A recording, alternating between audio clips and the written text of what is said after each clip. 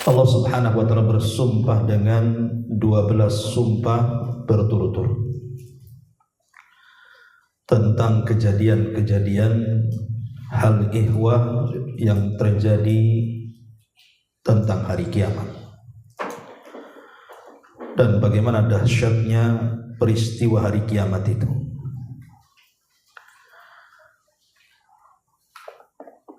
Sebagaimana ayat-ayat atau surat yang sudah kita bahas sebelumnya juga banyak menceritakan tentang hal ihwal kondisi hari kiamat, termasuk surat yang kita akan bahas di malam hari ini. Di sini Allah Subhanahu wa taala berfirman, A'udzu billahi minasyaitonir rajim. Bismillahirrahmanirrahim. Idza syamsu kuwirat. Apabila matahari digulung.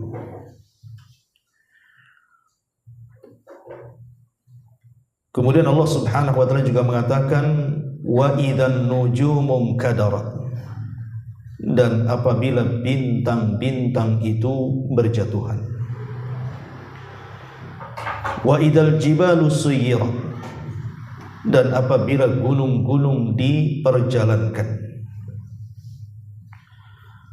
Wa idzal isyaru uttilat, dan apabila unta-unta yang bunting mulai ditinggalkan. Wa idzal wuhusu husyirat, dan apabila bintang-bintang liar dikumpulkan atau binatang-binatang liar dikumpulkan. Wa idzal biharu sujjirat, dan tatkala lautan juga dibakar. Kemudian Allah Subhanahu wa taala juga mengatakan wa idzan nufusu zuwijat, dan tatkala jiwa-jiwa dipertemukan. Dan Allah juga mengatakan wa idzas suhufu nusyirat, dan tatkala catatan-catatan amal dibuka lebar. Wa idzas samaa'u kushitat, dan tatkala langit dilenyapkan. Dan Allah akhiri wa idzal jahimu syu'irat, dan tatkala neraka jahanam dinyalakan. Inilah 12 sumpah yang Allah Subhanahu wa taala bersumpah bicara tentang kejadian-kejadian hari kiamat. Yang pertama, Allah Subhanahu wa taala mengatakan idza syamsu kuwirat, tatkala matahari digulung. Bicara tentang matahari, kita tahu bahwa matahari adalah makhluk dari makhluk-makhluk Allah Subhanahu wa taala. Dan kalau seandainya kita bandingkan bumi dan matahari, menurut pakar peneliti, matahari 109 kali lipat dibandingkan besarnya bumi, dan jauhnya kononnya sekitar 150 km. Wallahu alam, ini kan penelitian. Tapi yang jelas bahwa ketika Allah Subhanahu wa taala berfirman wa idza syamsu kuwirat, tatkala matahari digulung, apa yang dimaksud digulung di sini? Sebagian ahli tafsir mengatakan bahwa arti takwir adalah jam'u ba'di syai'i ila ba'd, dikumpulkan sesuatu dengan yang lainnya. Katakwiril imamati wa huwa luffuha ala ra'si, seperti serban yang melipatnya dan menggulungnya di atas kepala. Ada juga yang mengatakan bahwa takwir artinya idza rumiya biha, tatkala matahari dilemparkan. Dan ada juga yang mengatakan maksudnya takwir di sini artinya idza dhahaba dhawuha, ketika cahayanya lenyap.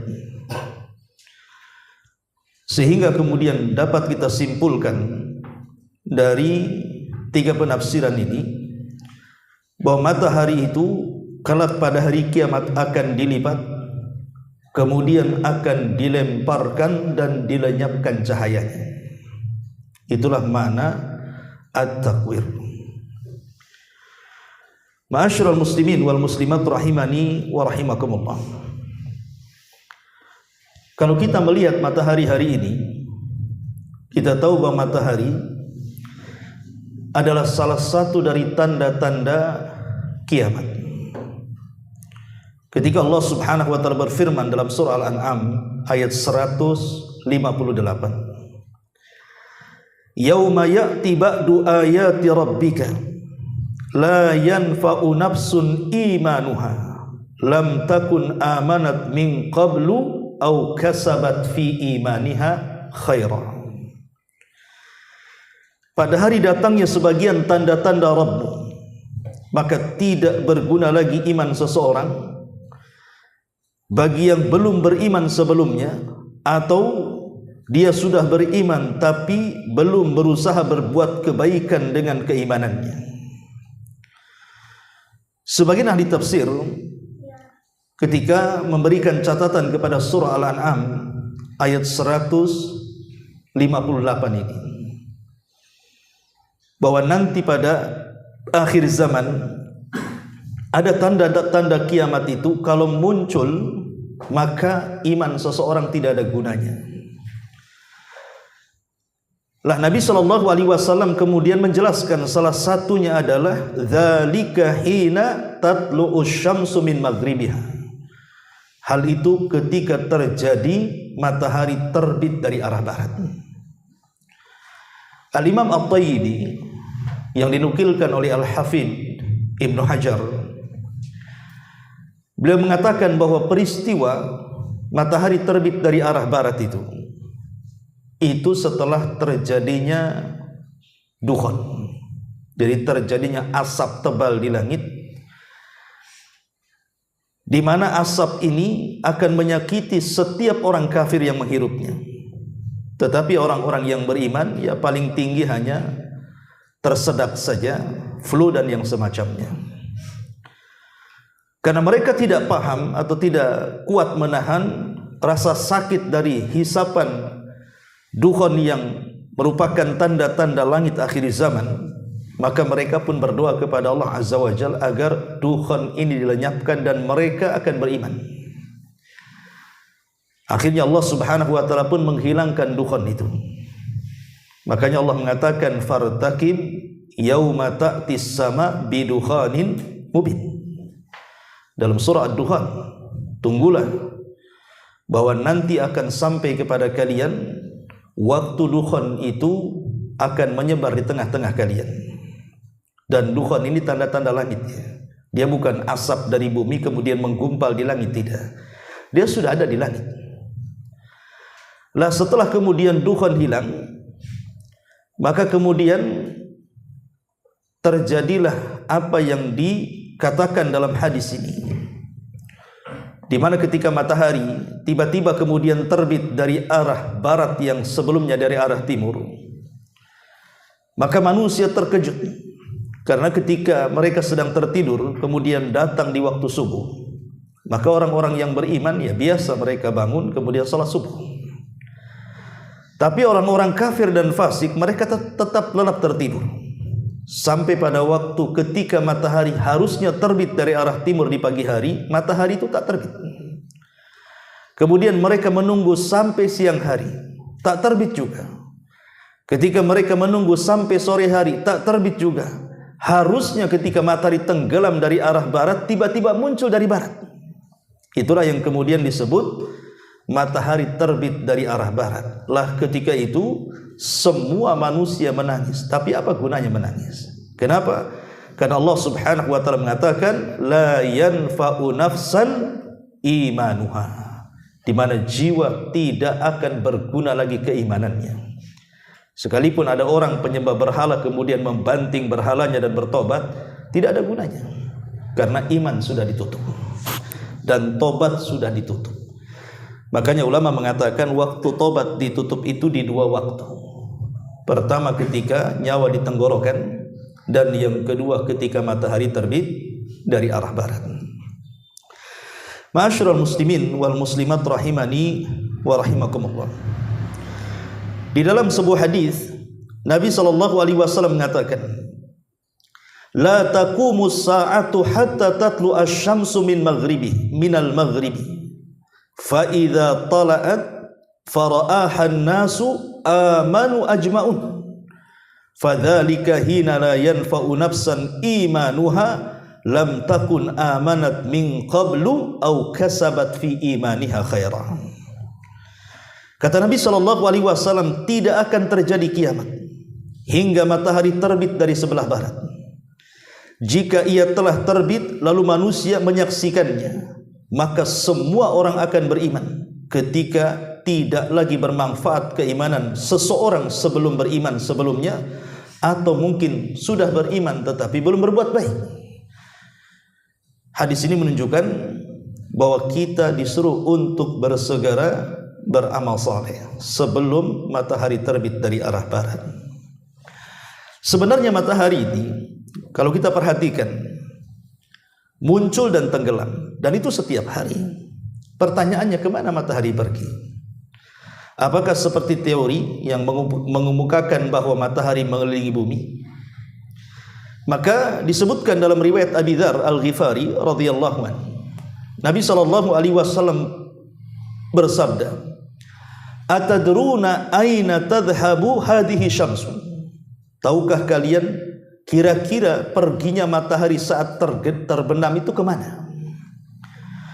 Qalu, maka sahabat mengatakan, Allah wa rasuluhu a'lam. Sebagai adab, sahabat mengatakan Allah dan Rasulnya yang tahu. Qala, maka Rasul mengatakan, inna hadhihi tajri hatta tantahiya ila mustaqarriha tahtal arsy. Sesungguhnya matahari ini berjalan hingga sampai ke tempat penetapannya di bawah arsy. Fatahirru sajidatan, maka matahari pun kemudian tersungkur sujud. Fala tazalu kadzalik, dan akan terus sujud hatta yuqalu laha, sampai dikatakan kepada matahari, irtafi'i irji'i min haitsu ji'ti. Maka Allah Subhanahu wa taala mengatakan, kembalilah ke tempat pertama kali engkau datang. Faturji'u fatusbihu tali'atan min matliha. Maka di waktu pagi hari matahari kembali kemudian muncul dari arah timur di tempat munculnya. Tsumma taji'u hatta tantahiya ila mustaqarriha tahtal arsy. Kemudian setelah tenggelam, matahari kembali sujud di hadapan Allah di bawah arsy-Nya. Kemudian Allah juga mengatakan, irtafi'i irji'i min haitsu ji'ti, kembali ke tempat engkau terbit. Maksudnya di arah timur. Fatarji fatusbihu tali'atan min matliha, maka matahari kembali kemudian masih terbit dari arah timur. Dan begitu seterusnya. Sampai kemudian Nabi SAW mengatakan, atadruna mata dzalikum. Ketika dikatakan kepada matahari bahwa hari ini waktunya engkau terbit dari barat, maka Nabi SAW bertanya kepada para sahabat, tahukah kalian peristiwa itu kapan? Maka Nabi SAW mengatakan, dzalika hina la yanfa'u nafsan imanuha lam takun amanat min qablu aw kasabat fi imaniha khaira. Itulah ketika keimanan seseorang tidak ada gunanya. Maka Allah Subhanahu wa taala kemudian memerintahkan matahari untuk terbit dari arah barat, kebalikan dari terbit permulaannya. Dari sini kita tahu bahwa kemana matahari perginya. Berarti teori matahari mengelilingi bumi itu tidak benar kalau melihat konteks hadis ini, karena matahari tidak mengelilingi bumi. Tapi matahari setiap tenggelam dia menghadap Allah. Kemudian bertanya apa tugasnya, apakah masih terbit dari arah timur ataukah harus terbit dari arah barat. Dan alhamdulillah sampai hari ini perintah Allah Subhanahu wa taala masih diterbitkan dari arah timur. Tapi nanti pada waktunya ketika keimanan seseorang tidak berlaku lagi, disitulah Allah Subhanahu wa taala katakan kepada matahari, irtafi'i asbihi tali'atan min maghribiki. Kembalilah dan sekarang engkau harus terbit dari arah barat. Ma'asyiral muslimin wal muslimat rahimani wa rahimakumullah. Sehingga kalau kita melihat matahari, harusnya seorang yang beriman meresapi hadis-hadis ini. Jadi kalau seseorang yang beriman hendak tafakkur dengan makhluk Allah yang satu ini, matahari, harusnya diingatkan tentang kiamat. Oh, nanti satu hari matahari ini akan terbit dari arah barat dan tidak akan terbit lagi dari arah timur. Sebagian para ulama mengatakan berapa waktunya terbit itu. Ada yang mengatakan 1 hari, ada yang mengatakan 2 hari, ada yang mengatakan 3 hari. Setelah 3 hari, maka matahari akan kembali terbit dari arah timur dan tidak lagi dari arah barat. Jadi peristiwanya cuman paling lama 3 hari. Kemudian dibalikan kembali. Ya. Tapi itu sebagai tanda. Karena setelah matahari terbit itu, semua akan menangis karena menyesali. Tapi apa gunanya penyesalan mereka? Makanya setelah peristiwa itu, kata Imam At-Tayyibi, maka Allah subhanahu wa ta'ala akan munculkan satu binatang melata dari perut bumi yang bisa bicara. Itulah yang disebut dengan dabatun minal ar, binatang yang keluar dari perut bumi yang tugasnya hanya menstempel saja. Kamu mukmin, kamu kafir. Sampai disebutkan ketika stempel itu kemudian mengecap di dahi-dahinya, menunjukkan bahwa si fulan mukmin, si fulan kafir. Kalau kafir tentu capnya hitam, tapi kalau mukmin capnya putih. Sehingga kemudian mulailah nama-nama manusia dilupakan sesama mereka. Sehingga panggilan itu tidak menyebut nama, tetapi hanya menyebut mukmin dan kafir dan tidak ada ketersinggungan satu dengan yang lainnya. Kemana min? Ke pasar Fir. Seperti itu. Jadi tidak ada lagi sebutan orang-orang dan tidak tersinggung. Ya, itulah makanya orang-orang sekarang aneh kalau orang kafir dikatakan kafir, yang marah orang yang muslim kan itu. Jangan dikatakan kafir. Nanti di akhir zaman enggak tersinggung orang itu. Nah di sini setelah kemudian peristiwa itu, ketika kemudian alamat-alamat tanda-tanda kiamat besar sudah muncul dan sudah lengkap semuanya, apa yang terjadi? Matahari dan bulan itu selamanya tidak akan ketemu, ikhwan. Karena matahari tenggelam, bulan muncul. Bulan tenggelam, matahari muncul. Kapan ketemunya? Tapi nanti pada hari kiamat, disebutkan dalam hadis Nabi SAW yang dikeluarkan Imam Bukhari, Asy-syamsu wal qamaru mukawwarani yaumal qiyamah. Matahari dan bulan kelak pada hari kiamat akan dilipat dan digabungkan. Sebagian para ulama mengatakan, apa tujuannya? Bahwa matahari dan bulan itu akan digabungkan pada hari kiamat. Sebagian para ulama mengatakan karena Allah subhanahu wa ta'ala ingin menjadikan dua makhluk Allah yang menjadikan tanda-tanda kuasa Allah di bumi ini menjadi bahan bakar api neraka. Jadi keduanya akan menjadi bahan bakar api neraka. Jadi akan dimasukkan ke dalam api neraka. Kalau ada yang bertanya, apa dosanya matahari? Bukankah dia tidak berdosa? Tidak seperti kita masuk neraka wajar karena dosa-dosa yang kita lakukan. Dosa matahari apa? Kenapa kemudian kedua makhluk Allah yang besar ini masukkan ke dalam jahanam? Maka para ulama mengatakan matahari dan bulan tidak berdosa. Allah hanya ingin membantah orang-orang yang ketika mereka hidup di bumi menyembah matahari bahwa keduanya bukan Tuhan. Matahari dan bulan itu bukan Tuhan.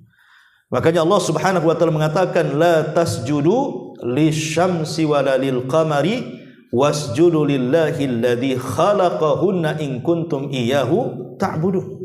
Jangan kalian sujud kepada matahari dan bulan, tapi sujudlah kepada yang menciptakan keduanya jika kalian betul-betul beribadah kepada Allah azza wa jalla. Dan Allah juga mengatakan dalam surah Al-Anbiya ayat 99, innakum wa ma ta'buduna min dunillahi hasabu jahannama antum laha waridun.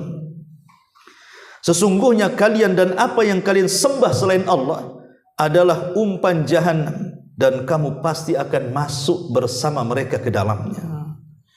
Kata Imam Shinqiti rahimahullahu taala, dia mengatakan hadhil ayat tadullu ala anna jami'al ma'budati ma'abidiha finnari.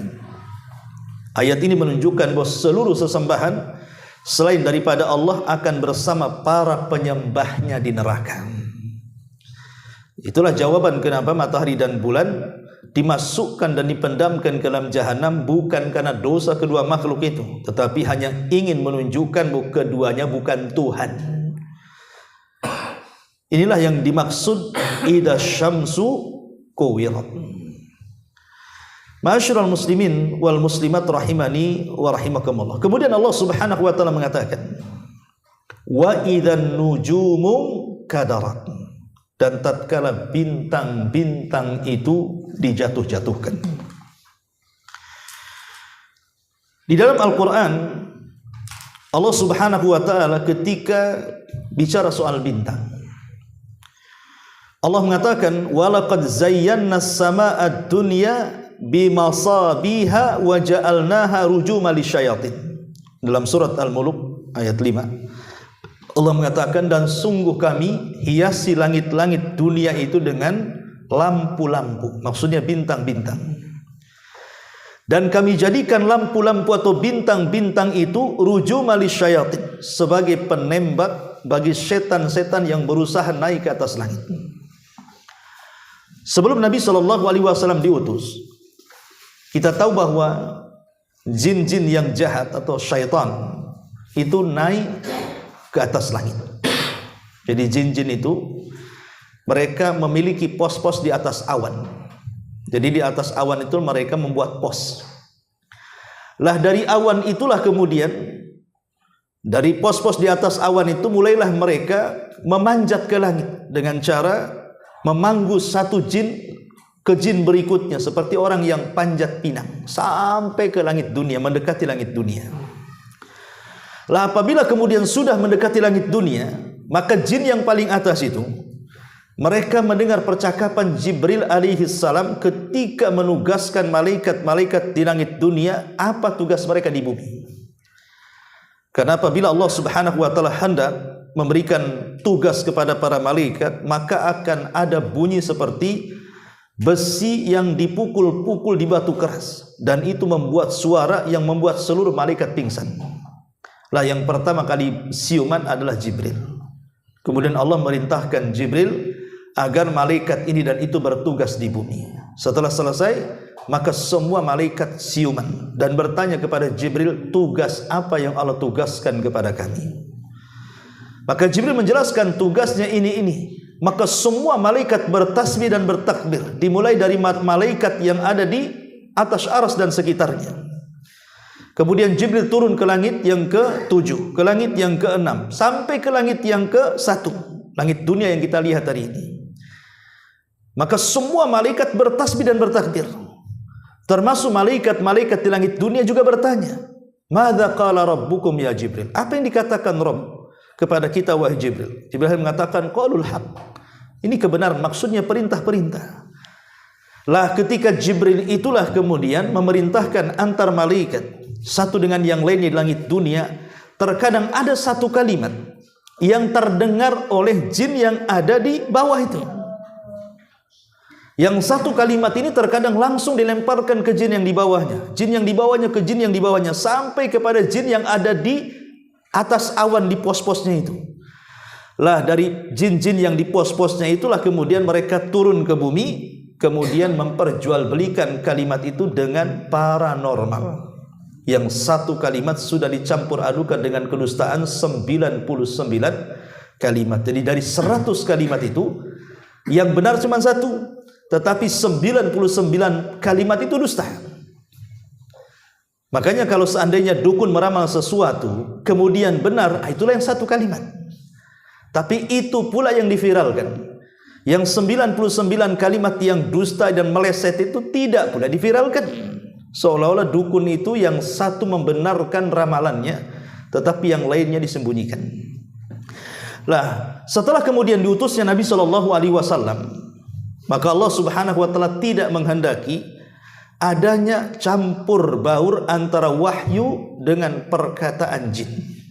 Makanya Allah memfungsikan langit, bintang-bintang yang tadinya bukan hanya menghiasi langit saja, tetapi bintang juga diperintahkan Allah untuk melempar setiap jin yang berusaha mencuri dengar.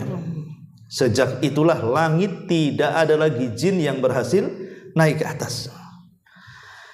Tetapi masalahnya setelah diwafatkannya Nabi kita Muhammad SAW dan wahyu sudah terputus, mulai lagi mereka naik sampai hari ini. Nah, dari sini kita tahu bahwa di antara fungsi bintang itu pertama penghias langit. Sebab langit tanpa bintang itu menyeramkan. Kita kalau melihat langit gelap itu seram, mau hujan aja kayak bawaannya kan. Tapi ketika langit itu bertebaran dan bertabur bintang, rasanya kita ingin memandang langit karena indahnya. Apalagi kemudian ada purnama di situ. Kemudian yang kedua, langit juga dijadikan pelempar syaitan. Maksudnya bintang-bintangnya. Dan yang ketiga, tentu sebagaimana surah An-Nahl 16, wa alamatin wa bin najmihum yahtadun.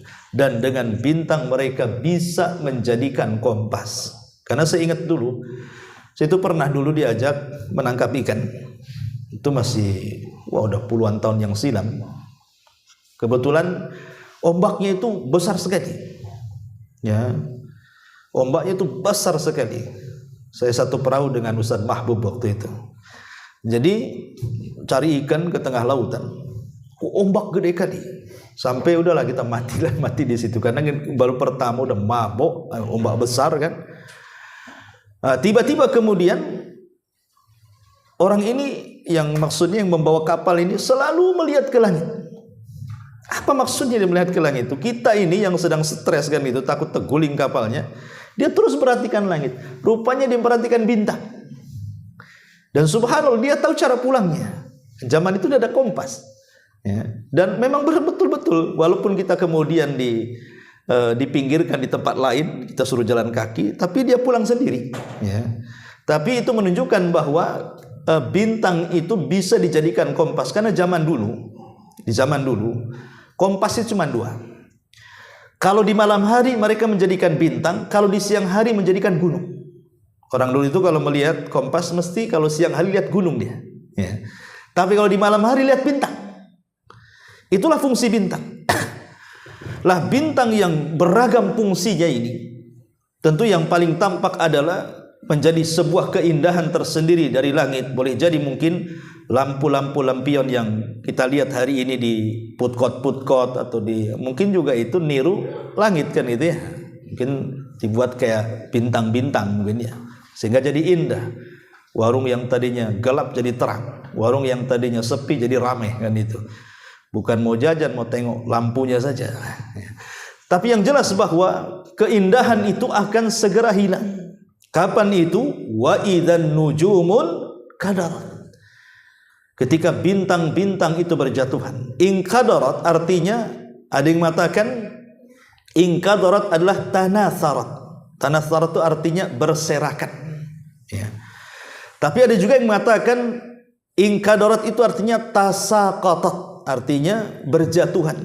Jadi bisa memiliki makna berserakan, bisa memiliki makna berjatuhan. Tapi ada juga yang memahami maksudnya inkadarat artinya taghayyarat.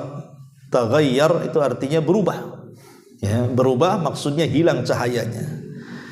Sehingga Al-Imam Al-Kalbi meriwayatkan dari Atha, dia mengatakan tumtirus sama'u yawma idzin nujuman fala yabqa najmun illa waqa. Pada hari itu langit akan menurunkan hujan bintang-bintang, maka tidak tersisa satu bintang pun kecuali akan jatuh. Ya, tidak ada satu bintang pun kecuali akan jatuh. Padahal jumlah bintang siapa yang tahu? Tidak ada yang tahu jumlah bintang. Makanya ketika Nabi SAW mempermisalkan telaganya, apa kata Nabi SAW?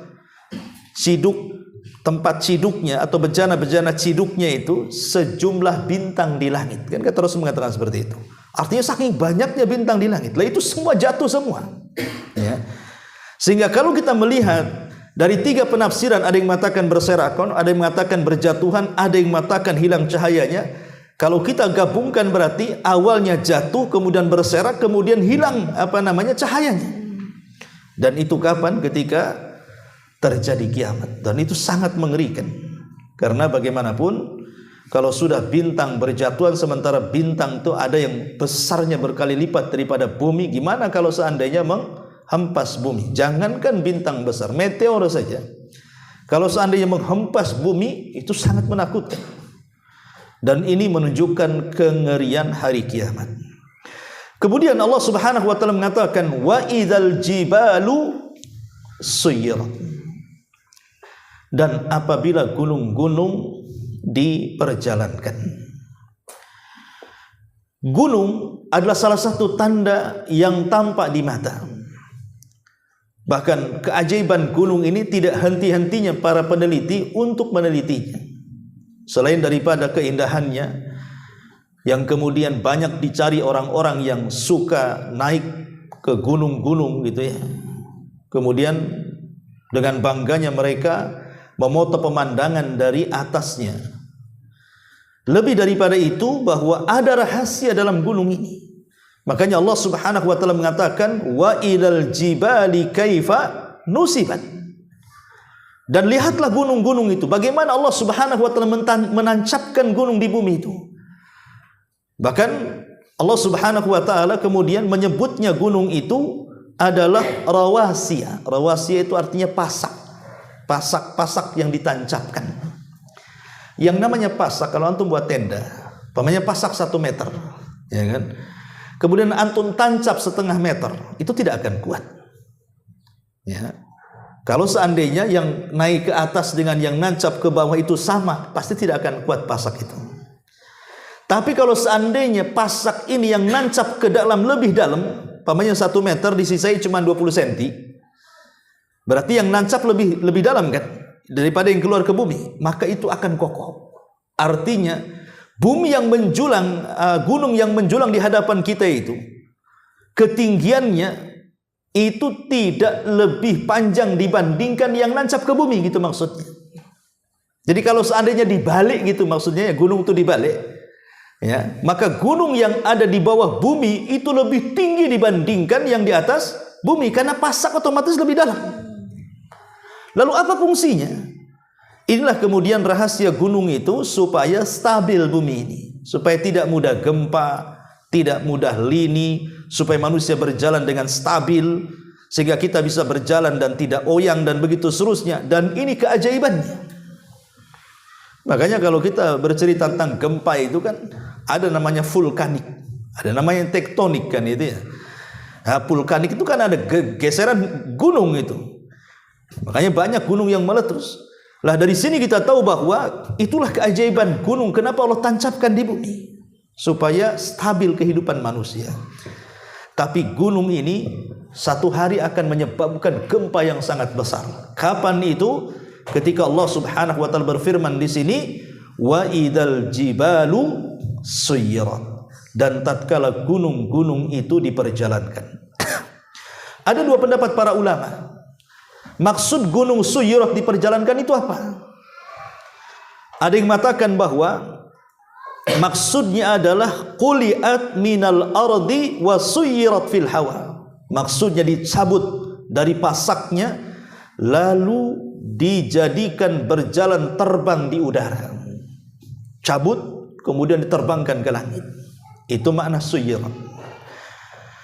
Ada juga makna suyirat artinya tahawuluha an manzilatil hijarati fatakunu kathiban mahila, yaitu berubah dari bebatuan yang kokoh menjadi debu yang berhamburan.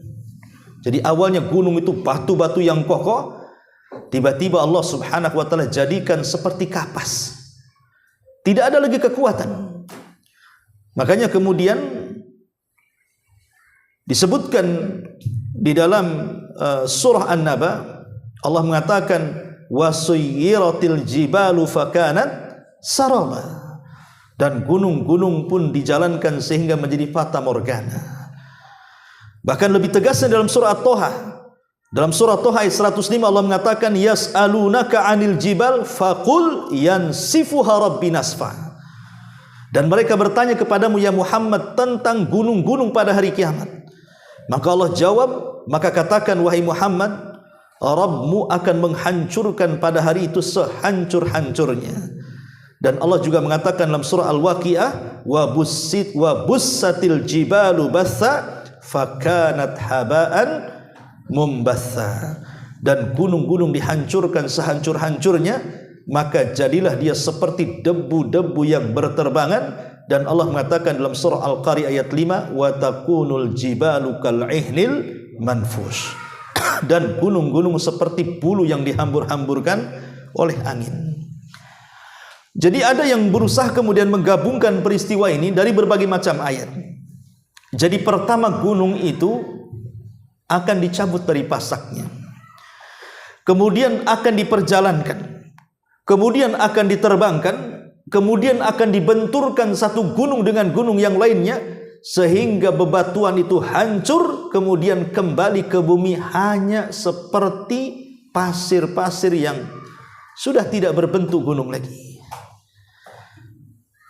Kenapa kemudian gunung seperti ini? Di dalam Al-Quran Allah subhanahu wa ta'ala mengatakan, wa idhal ardu muddat. Karena Allah subhanahu wa ta'ala ingin menjadikan bumi kelak pada hari kiamat muddat, terhampar. Tidak ada lagi yang tinggi, tidak ada lagi yang merendah. Tidak ada lagi gunung, tidak ada lagi bukit, tidak ada lagi lembah. Jadi semua rata. Itulah kenapa gunung dihancurkan. Ya, karena disiapkan untuk tanah di padang mahsyar. Ya. Kemudian Allah subhanahu wa ta'ala mengatakan, wa idhal isyaru uttilat.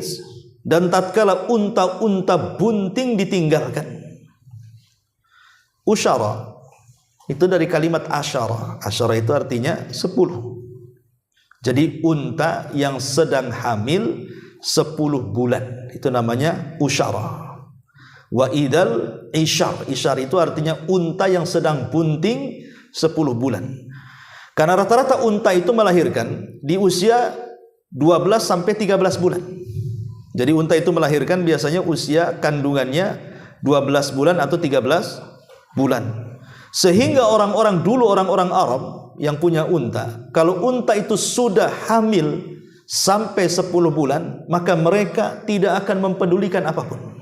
Mereka akan terus memantau untanya sampai melahirkan. Kenapa? Karena bagi mereka unta itu adalah barang berharga. Ibaratnya sekarang ini ya mobil yang paling mewah apalah kan begitu ya, yang harganya miliaran begitu. Maka akan dirawat, akan dicuci, pokoknya akan diperhatikan jangan sampai hilang, jangan sampai lecet. Nah, kurang lebih seperti itu.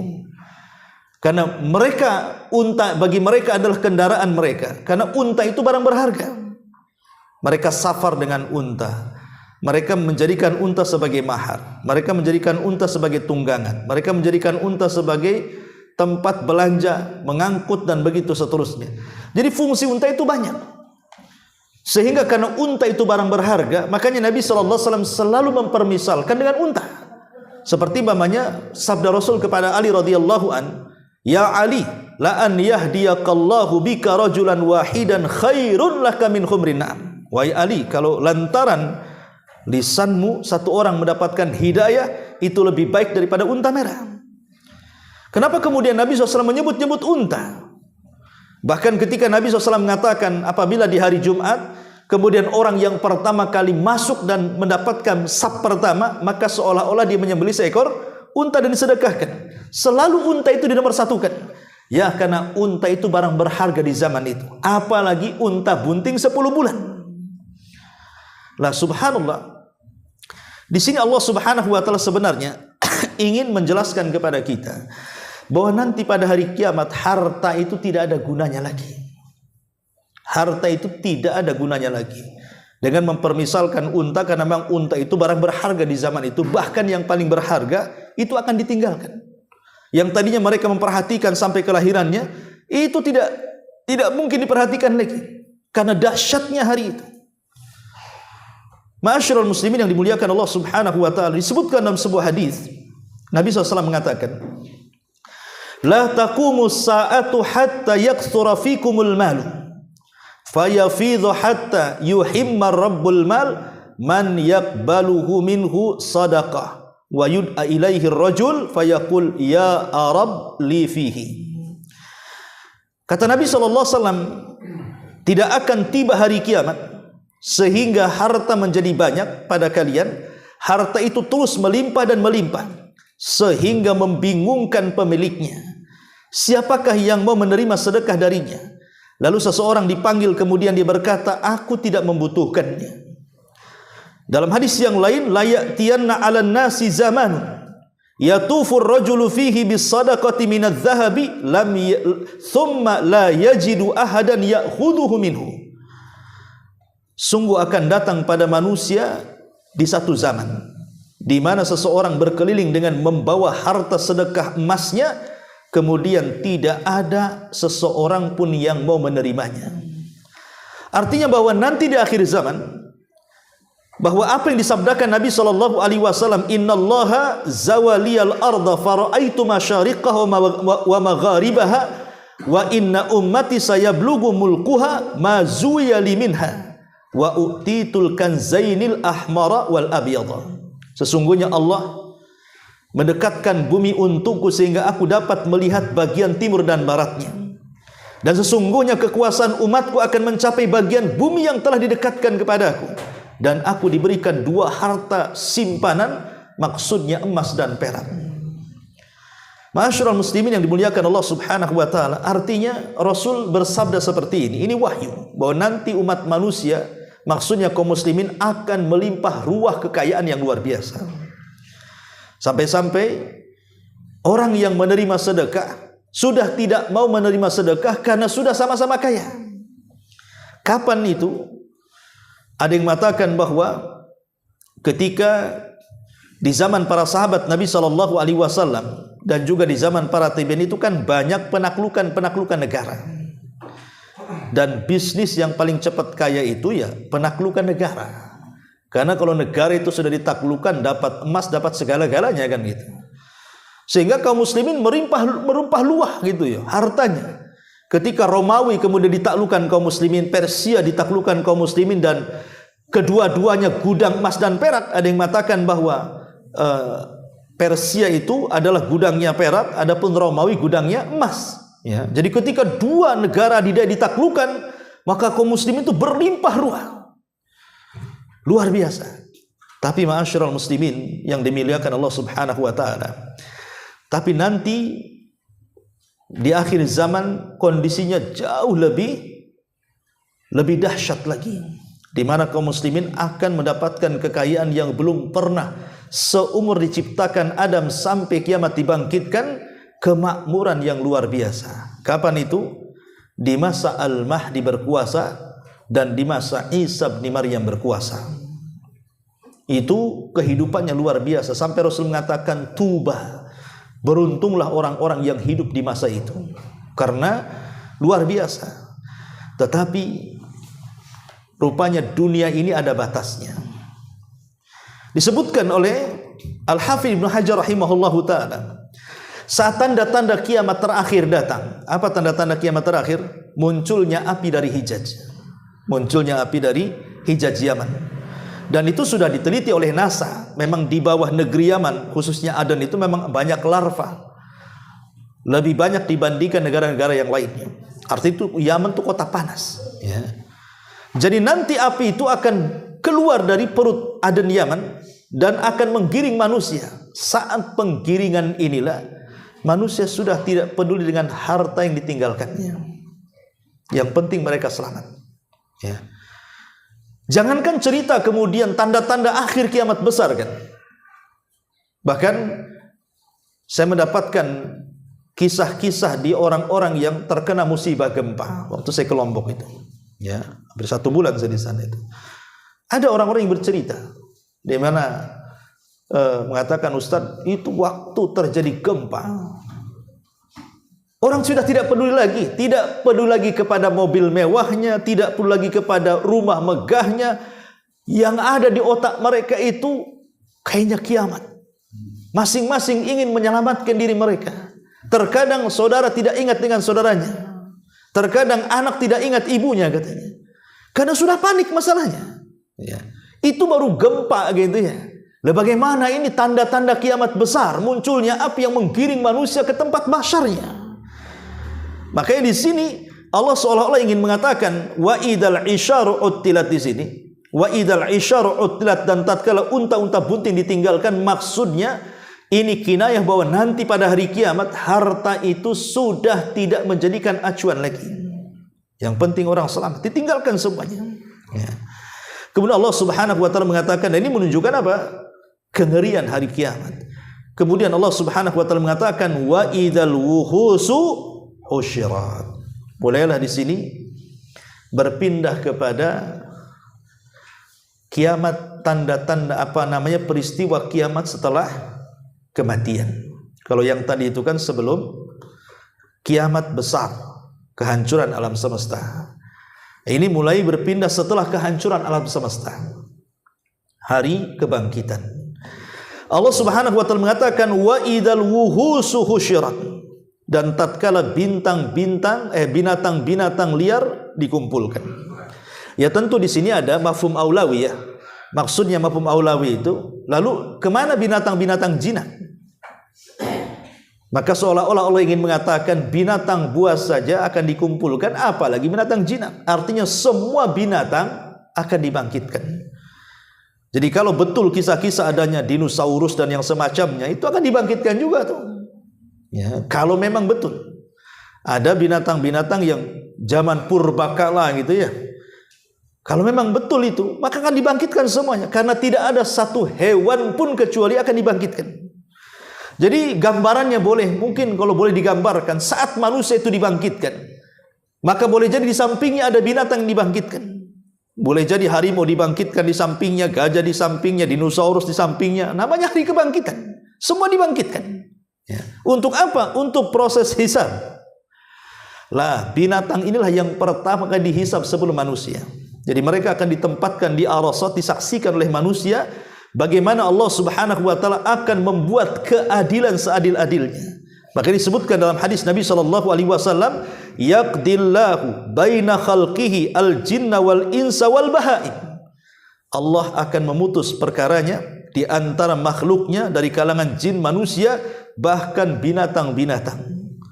Wa innahu la yuqadu yawma idin al-jamma minal qarna. Bahkan akan digiring binatang yang bertanduk dengan binatang yang tidak bertanduk. Kemudian Allah katakan kepada binatang yang tidak bertanduk, ambil tanduknya, tanduk sebanyak dia menanduk kamu di dunia. Artinya bahwa ini sebuah percontohan. Ya, namanya binatang satu dengan yang lain itu kan saling menyakiti.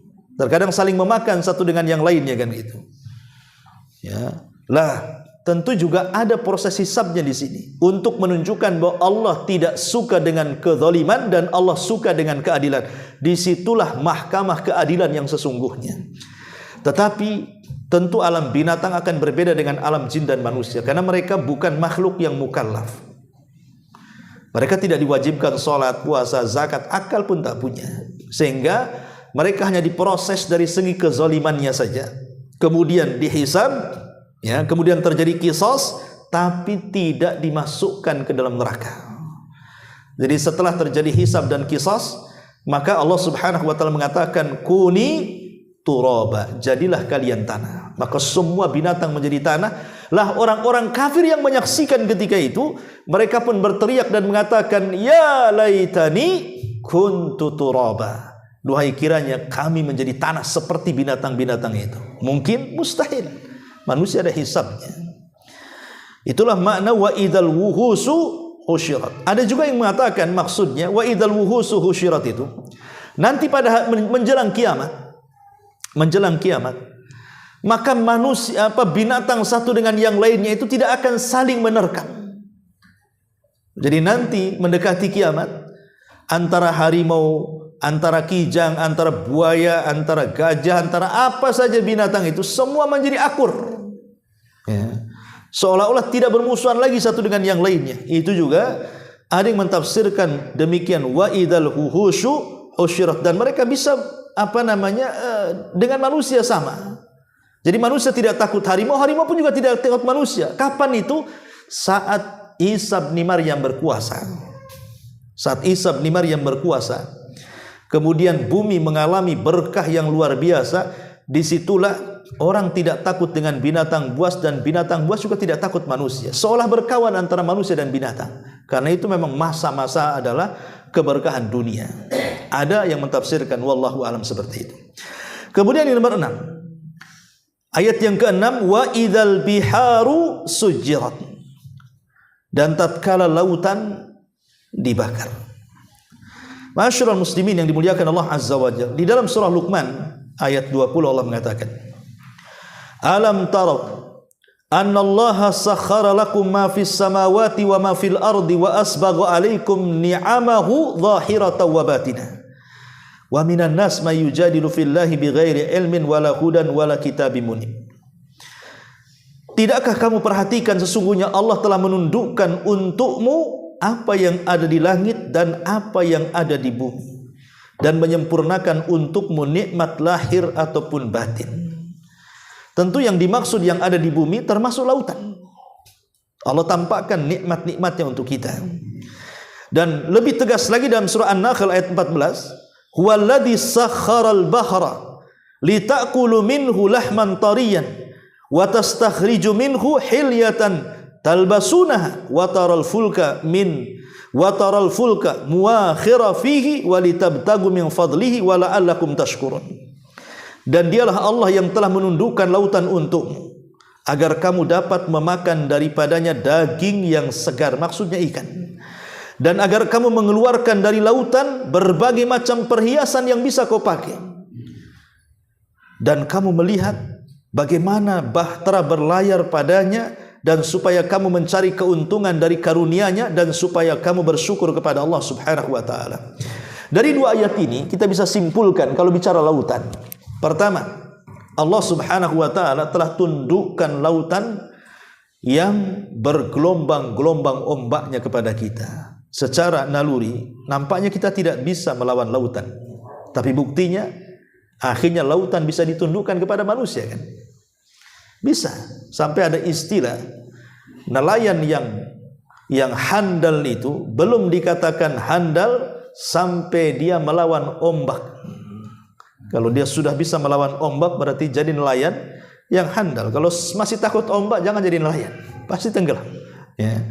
Dan ini nikmat, ya. Allah tundukkan lautan itu nikmat. Ini yang pertama. Kemudian yang kedua, Allah Subhanahu wa taala memberikan kemudahan bagi kapal-kapal untuk membelah ombak lautan yang sangat ganas. Ada lautan itu sampai meter-meteran tuh ombaknya, kan. Tapi bagaimana kapal-kapal itu bisa berlayar dan selamat? Ya, kalaupun ada satu dua yang tenggelam itu apesnya ada takdir, kan. Tapi umumnya, kan, lihat kapal-kapal itu di mana-mana ada. Padahal ombaknya setinggi-tinggi pohon kelapa, tapi mereka bisa tundukkan. Ya, ini satu nikmat Allah Subhanahu wa taala sehingga kita bisa mengangkut macam-macam dalam kapal itu. Kemudian yang ketiga, bahkan Allah Subhanahu wa taala halalkan ada rizki yang banyak di dalamnya. Ketika Nabi SAW ditanya soal air lautan, apakah boleh digunakan berwudu, Rasul bukan hanya menjawab pertanyaan tapi menambah jawaban. Kata Rasul SAW, at-tuhuru ma'uhu al-hillu maitatuhu. Oh, suci air lautan untuk digunakan wudu, bahkan kalau kau makan bangkainya pun halal, kata Rasul.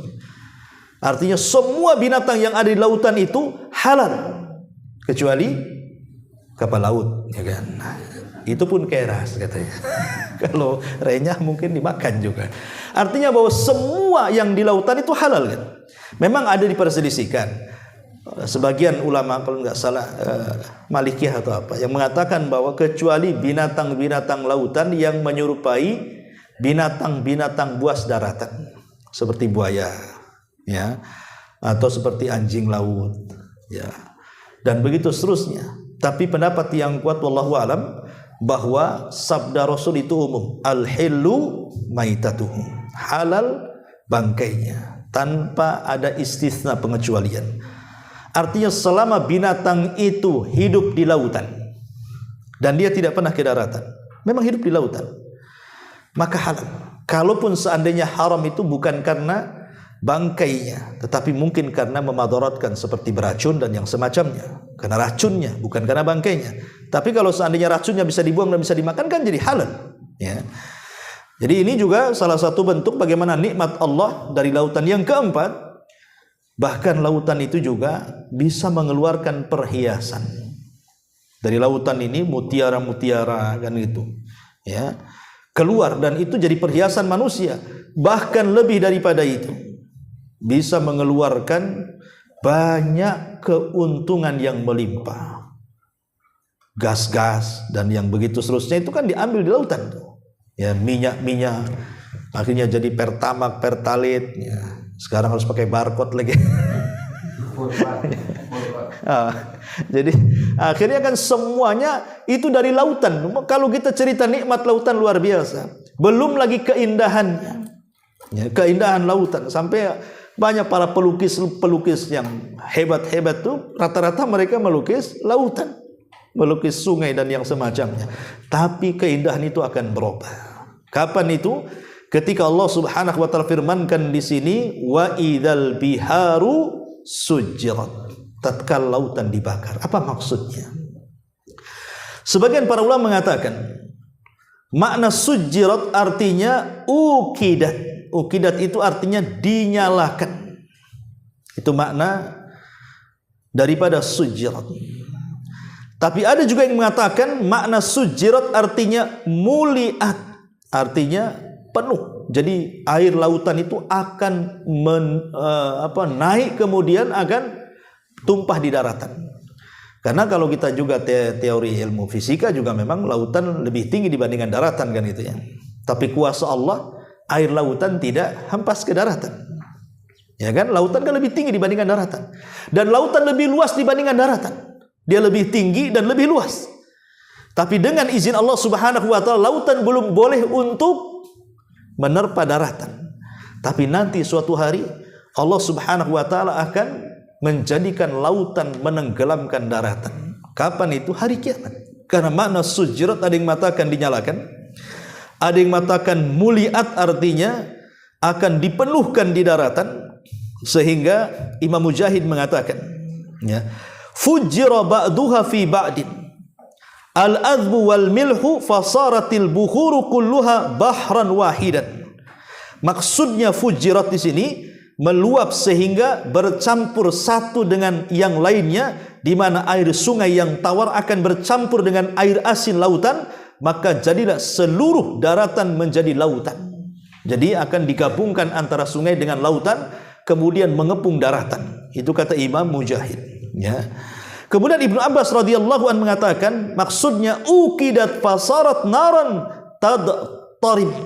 Lautan yang dinyalakan itu hingga menjadi api yang bergejolak, ya. Memang isinya kan memang lautan itu kan api isinya, ya. Gas-gas itu semua ada di lautan kan itu. Maka nanti lautan itu akan berubah menjadi lautan api. Dan dikatakan Imam Qatadah, "Dhahaba ma'uha falam yabqa fiha qatrah."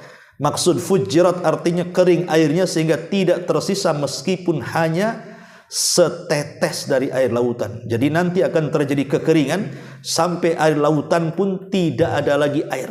Itu ada yang memaknai makna fujirat. Jadi apabila kita kompromikan dari beberapa tafsiran ini, maka kondisi air lautan itu pertama, tatkala terjadi hari kiamat, maka air lautan akan meluap dulu. Kemudian meluber, lalu bergabung antara air sungai dan lautan, antara air asin dan tawar. Kemudian Allah menyalakan air tersebut. Kemudian Allah Subhanahu wa taala membakar semua air satu dunia sampai tidak tersisa satu tetes pun. Itu makna fujirat dalam ayat ini. Kan ngeri ikhwatu fiddin yang dimuliakan Allah Subhanahu wa taala. Kemudian Allah Subhanahu wa taala mengatakan setelah itu sumpah berikutnya, wa idzal biharu fujirat.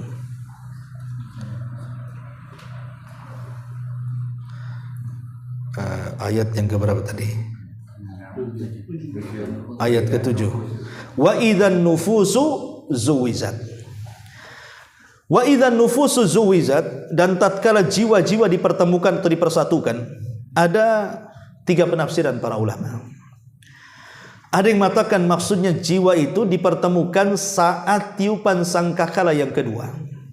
Jadi saat Allah Subhanahu wa taala membangkitkan manusia, kita tahu bahwa manusia sejak Adam alaihissalam sampai manusia terakhir diwafatkan, kan sebagian mereka sudah menjadi tanah. Sebab kalau masih utuh, susah orang menguburkan, otomatis sudah jadi tanah kan begitu.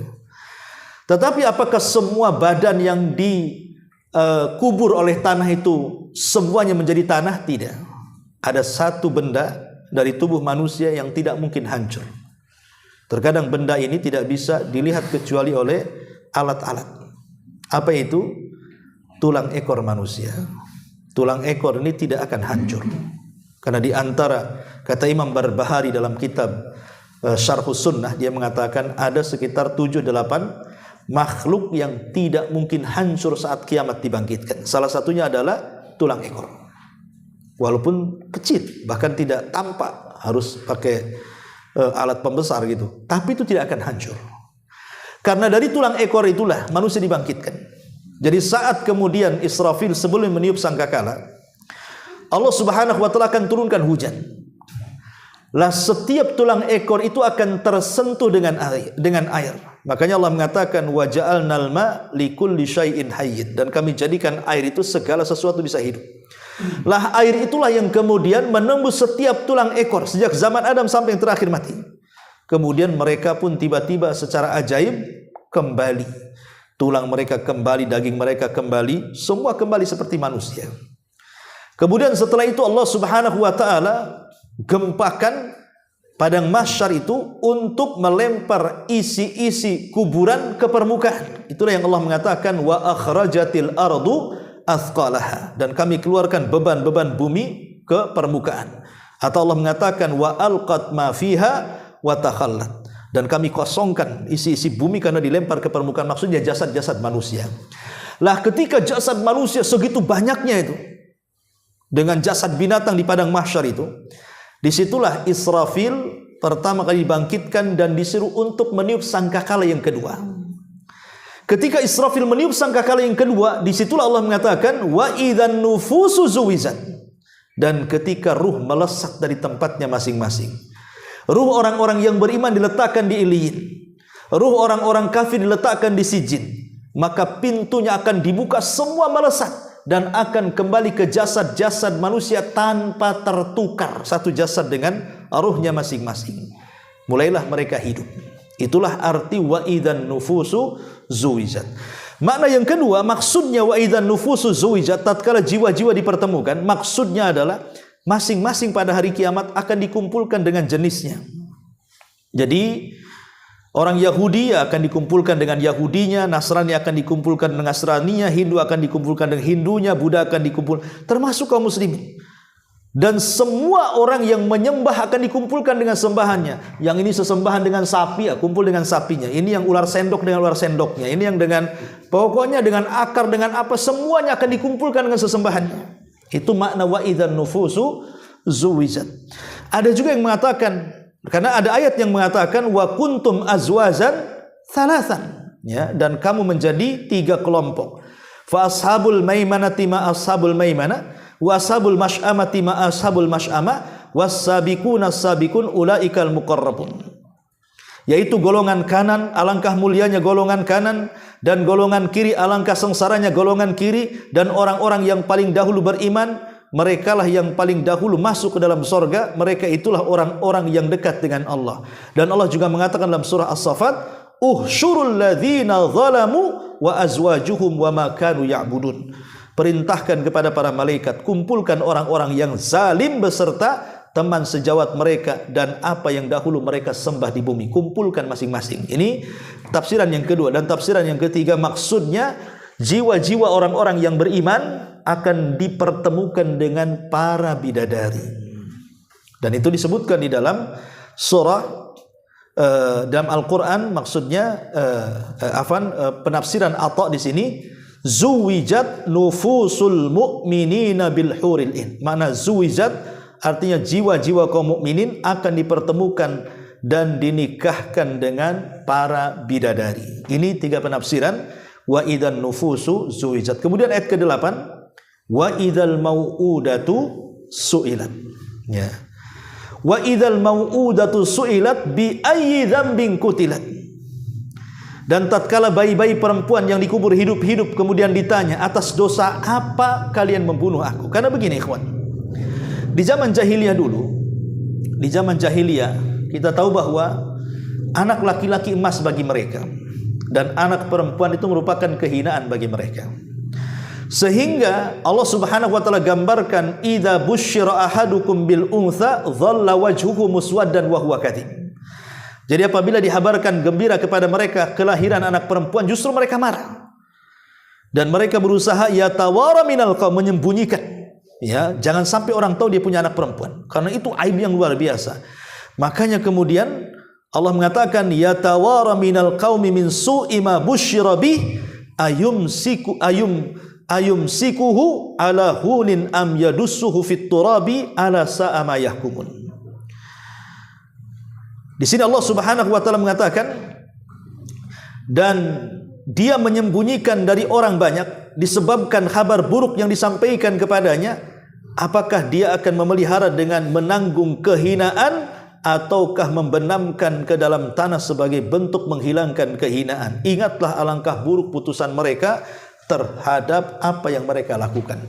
Jadi sebagian orang-orang jahiliyah Arab, mereka banyak mengubur anak wanita hidup-hidup. Hanya sedikitlah yang berakal yang mereka mau merawatnya walaupun mereka di atas kehinaan. Makanya kemudian Allah Subhanahu wa taala turunkan agama Islam untuk memuliakan wanita.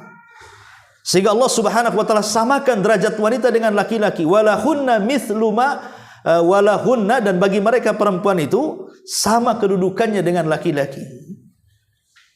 Artinya tidak boleh seseorang itu melebihkan satu dengan yang lainnya kecuali di atas ketakwaannya. Lah sejak itulah maka setaralah wanita dan laki-laki ketika kedatangan Islam. Makanya kemudian ayat-ayat mengancam ketika itu kepada orang-orang jahiliyah. Salah satunya ayat ini. Nanti pada hari kiamat bayi-bayi itu akan datang kepada Allah dan mengatakan, atas dosa apa kau bunuh aku? Ibnu Abbas radhiyallahu anhu mengatakan, orang-orang yang dibunuh itu, maka mereka akan datang menghadap Allah tanpa kepala. Walaupun ketika di dunia tidak dibunuh di penggal kepalanya. Boleh jadi mungkin diracun, boleh jadi mungkin digantung, boleh jadi mungkin dicekik, boleh jadi mungkin dipukul dan begitu seterusnya. Tapi nanti ketika menghadap Allah, kepala mereka hilang. Mereka datang menghadap tanpa kepala. Di mana kepalanya? Kepalanya dipegang di tangan kanannya dan tangan kiri menyeret pembunuhnya. Kemudian dia akan mengatakan di hadapan Allah, ya Rabb, sal hadza lima qatalani. Ya Rabb, tanya orang ini kenapa dia bunuh aku. Ya, tanya orang ini kenapa dia bunuh aku. Ya. Kalau dia bisa menjawab dengan mengatakan aku membunuh dia karena dia orang kafir, aku membunuh dia dalam peperangan ya Rabb, berarti yang masuk surga yang diseret. Dan yang hilang kepalanya ya memang pantas mati karena dia orang kafir melawan orang Islam. Kan itu ya. Tapi kalau bukan itu alasannya, tidak ada alasan yang bisa kemudian dikemukakan di hadapan Allah, maka orang yang dibunuh akan meminta pertanggungjawaban dan mengatakan sal hadza lima qatalani. Tanya orang ini kenapa dia bunuh saya. Ya, subhanallah. Tradisi jahiliyah ini, kalau orang-orang jahiliyah ini masihlah menghormati bayi-bayi laki-laki. Tapi hari ini jahiliyah di atas kejahiliyahan. Anak laki-laki pun dibuang. Entah karena malu ini anak dari hasil zina, nggak peduli mau laki-laki mau perempuan. Yang jelas ini akan memalukan. Akhirnya apa? Dibuang di tong sampah, dibuang di kresek, dibuang di macam-macam. Batam ini antum dah paham lah. Ya, banyak sampai dulu ada istilah buang anak gitu. Jadi ada istilah zaman dulu itu kalau orang-orang Malaysia, orang-orang Singapura mau gugurin kandungan, ke Batam, tempat buang anak katanya kan. Padahal kan itu oknum, tidak benar kan itu ya. Ya. Alhamdulillah. Ya, kita lihat Batam semakin bagus. Ya. Sedikit maksiat dan sekarang subhanallah ya, kajian di mana-mana, masjid penuh. Ya, bahkan ada kawan saya itu orang Padang di Tiban itu. Baru pulang dari Padang. Nggak bisa katanya di kampung saya Ustaz. Masjid kosong, masih banyak di sini kan. Dia bilang, di sini 5 waktu penuh katanya di Tiban nih. Di kampung saya tak ada orang katanya. Jadi alhamdulillah kan, dari satu sisi kan kita mulai meningkat ibadahnya. Ya, mudah-mudahan juga makin meningkat dan meningkat sehingga betul-betul dipenuhi dengan orang-orang yang kembali kepada Al-Quran dan Sunnah. Tapi yang jelas bahwa di sini bagaimana orang-orang sekarang meniru orang-orang jahiliyah dan mengatakan wa idzal mau'udatu su'ilat bi ayyi dzambin qutilat. Kemudian yang 10, ya kita cepat saja karena waktu. Wa idzas suhufu nusyirat, dan tatkala catatan-catatan amal dibuka lebar. Kapan itu? Ketika tatayyurus suhub, ketika suhub diterbangkan. Kemudian manusia disuruh untuk mengambil catatannya masing-masing. Dan Allah mengatakan wa kulla insanin alzamnahu ta'irahu fi unuki wa nukhriju lahu yaumal qiyamati kitaban yalqahu mansyura. Dan tiap-tiap manusia telah kami tetapkan amal perbuatannya sebagaimana tetapnya kalung pada lehernya, dan kami keluarkan baginya pada hari kiamat sebuah kitab yang dijumpai terbuka. Dan di situ wa kullu syai'in fa'aluhu fi zubur wa kullu saghirin wa kabirin mustatar. Dan segala yang telah mereka perbuat tercatat dalam buku-buku catatan, dan segala urusan yang kecil maupun yang besar semuanya tertulis. Artinya tidak ada yang tersisa kecuali ada pertanggungjawabannya. Kemudian yang nomor 11 wa idzas sama'u kusyitat, dan tatkala langit dilenyapkan. Artinya langit akan dipecah, diretakkan dulu, ya. Kemudian malaikat-malaikat akan turun, ya. Kemudian setelah itu akan dipecahkan secara total. Kemudian setelah itu langit akan digulung. Karena kalimat kusyitat, ya, artinya qala'an syiddatin, mencabut sesuatu yang sangat melengket. Itu artinya kusyitat, artinya dicabut, ya. Al-Qurtubi mengatakan maksudnya adalah fas-sama'u tuqsyatu kama yuqsyatul jildu anil kamsi wa ghairu. Maka langit pun dicabut sebagaimana kulit dicabut dari domba dan hewan lainnya. Jadi artinya langit akan digulung oleh Allah Subhanahu wa taala dan tercabut dan akan lemah, dan para malaikat akan turun semuanya. Dan Allah mengatakan yang terakhir wa idzal jahimu syu'irat, dan tatkala neraka jahanam dinyalakan. Lah 12 sumpah apa yang wa idzal jannatu uzlifat, dan tatkala surga didekatkan. Lah di sini ada 12 sumpah ini untuk apa coba? Maka Allah akhiri dengan kalimat alimat nafsun ma akhdarat. Setiap jiwa mengetahui apa yang telah dikerjakannya. Artinya bahwa sumpah-sumpah ini sebagai jawabannya bahwa semua manusia akan dipertanggungjawabkan kelak pada hari kiamat. Karena orang-orang kafir jahiliyah, mereka mengingkari adanya hari kiamat, mereka mengingkari adanya hari kebangkitan, mereka mengingkari adanya hari pembalasan. Makanya turunlah ayat ini sebagai bentuk jawaban pengingkaran orang-orang kafir jahiliyah.